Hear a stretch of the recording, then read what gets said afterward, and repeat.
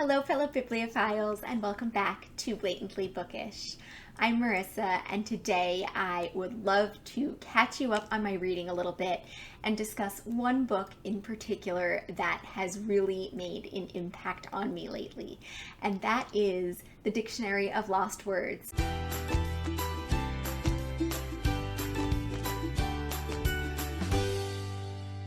Some words are more than letters on a page, don't you think?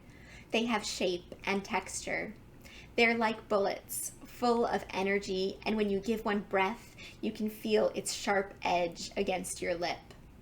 I devoured this book for my birthday, which at this point was a little over a month ago, and I just absolutely loved it. I had an amazing reading experience. I was reading it as a buddy read with Katie from Books and Things. I got an e-copy from NetGalley. And it just was the perfect birthday present to myself to have the day off and consume this book. It was a whirlwind of a read. I laughed, I cried, I breathlessly flipped pages. It was just such a wonderful reading experience. And in some ways, I feel like I have a bit of a book hangover from it, that I'm still recovering from that experience and, thinking about the book. And so it took me a while to make a video about it, and it's taking me a while to really contemplate all of the reading that I've read in March and April, but hopefully I will continue to update you on that as well and be able to move forwards with my reading and read more prolifically and become invested in other books now that I've had quite a while to mull these over. The Dictionary of Lost Words is historical fiction about the creation of the Oxford English Dictionary, so it takes place over the span of the creation of the first edition, roughly 1890s through the 1910s. The book is very well researched and includes portrayals of many of the real players in the creation of the Oxford English Dictionary, such as Sir James Murray and others who are less well known.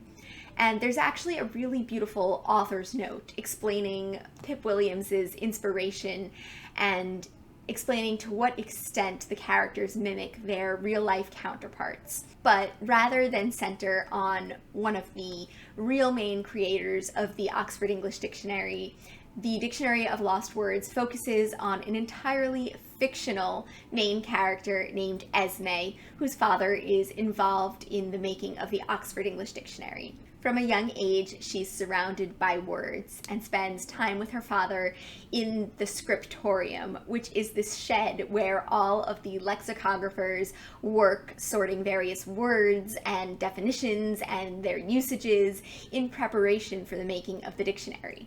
We follow Esme as she grows up and becomes involved in the creation of the dictionary herself. She begins to realize that some words are left out of the dictionary, and she realizes the inherent bias of the words that are included. She notices that curse words and words that are frequently used by women and the working class are often left out. And she's compelled to start her own collection of words, the ones that are left out or don't make the cut, according to the educated middle-class men who compile the OED. The book really addresses concepts of the English language in interesting ways. It illuminates the idea of prescriptive versus descriptive grammar and language usage, and how the meanings of words change over time. It explains the difficulties of making a dictionary, of recording and capturing the English language as it is without attempting to judge it or alter it at all. And when you think about it, the project of making a dictionary is really just an attempt to record the English language as it's currently used, which is descriptive, not prescriptive.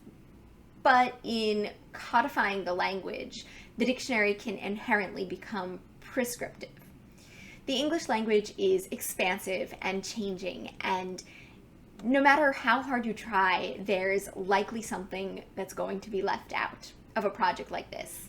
And what's left out actually speaks volumes about our society and who is given the most importance and power. We define words and give importance to them, but in turn, their meanings and the way we use them defines us as well.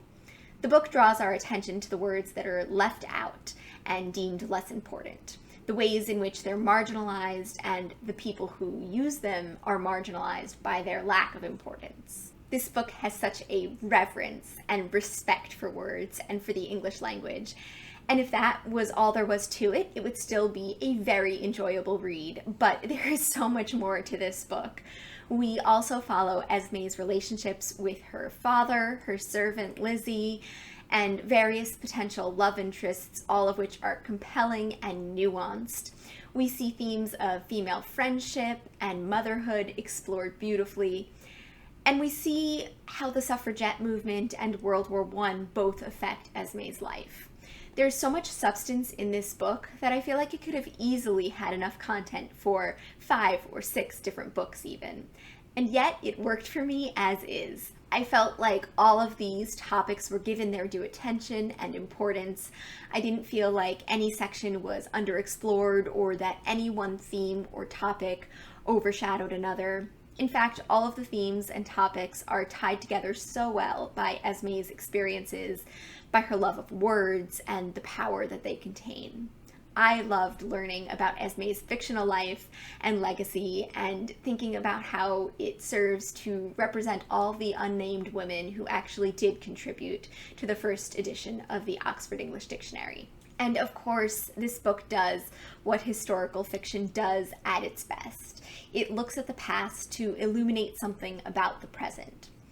I think that the best historical fiction books are historically accurate, which this book is, but also reveal something about both the past and the present. The Dictionary of Lost Words focuses on a time period with a lot of social upheaval and change. And I think that our current society is undergoing a lot of changes right now as well. And I think that as our society changes, it's important to think about what is changing and what is being introduced into the language that we use every day. And this book really does encourage us to think who is being marginalized right now, whose voices are not being heard, who is giving undue power and importance through language.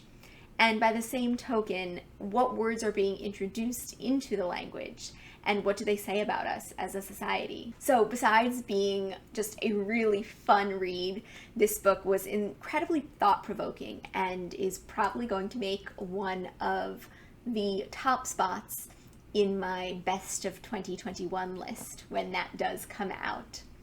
So I would love to hear from you guys. Does this book sound interesting to you? Have you already had the chance to read it? Did you love it as much as I did? I hope you did. And if you haven't read it yet, are you excited to read it? Is it sitting on your shelves or on your TBR?